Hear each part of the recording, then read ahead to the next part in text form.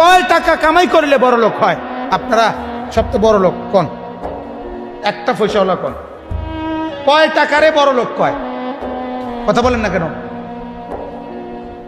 কয় টাকা হইলে মানুষ বড় লোক হয়? পৃথিবীর কোন বইতে আছে এই কথা? বলো না ভাইয়া, শিক্ষিত ছেলে বলো। পৃথিবীর কোন বইতে আসেনি বড় লোকের কোনো সংজ্ঞা? তো বড় লোক কেমনে হলো? কোথাও তো এই কথার কোনো লিমিট নাই যে 1 কোটি টাকা হলে বড় লোক বলে। 1 কোটি টাকা নিয়ে কেউ যদি দুবাই যায়, 10 কি অত কোনো? দুবাইয়ের একটা মার্কেটে 1 কোটি টাকা তো কিনা 100 টাকার ভ্যালুও নাই, যে পরিমাণ বিলাসিতা সেখানে। ইউরোপে গেলে তুমি যখন দেখবা 80 তলা বিল্ডিং, তো তোমার 5 তলা বিল্ডিং রে কি মনে হইবে? মশার ঘর আর মাছির ঘর সারা, আর কিছু মনে হবে?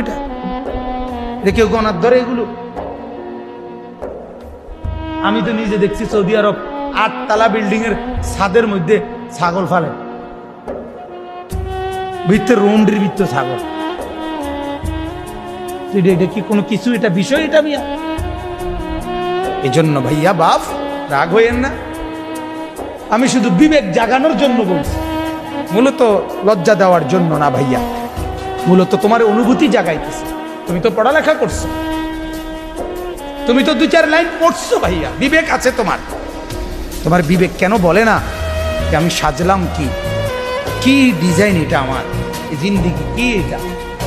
ঘুমের কোনো টাইম নাই, ঘুম থেকে উঠার কোনো টাইম নাই, গপ মারতে আসে তো মারতে আসি, আড্ডা দিতেছি তো দিতেই আসি, চলতেছি তো চলতেই আসি, বন্ধুদের সাথে চলতেছি তো চলতেই আসি, মোবাইল টিপতেছি তো টিপতেই আসি, টেলিভিশন চাইতেছি তো চাইতেই আসি, মাইয়ার পিছনে হাঁটতে আসি তো হাঁটতেই আসি, প্রেমের আলাপ করতে আসি তো করতেই আসি। এটা কি ধরনের জিন্দিগি?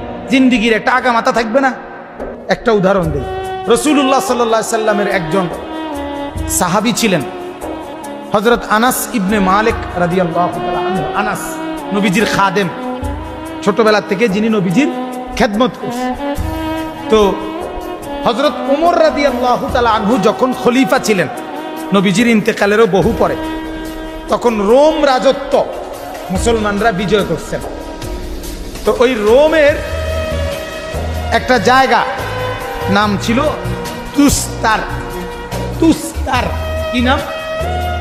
এই জায়গায় যখন মুসলমানদের সাথে কাফেরদের যুদ্ধ হয়, ওই যুদ্ধটা বড় তীব্র, মারাত্মক, সাংঘাতিক একটা যুদ্ধ ছিল।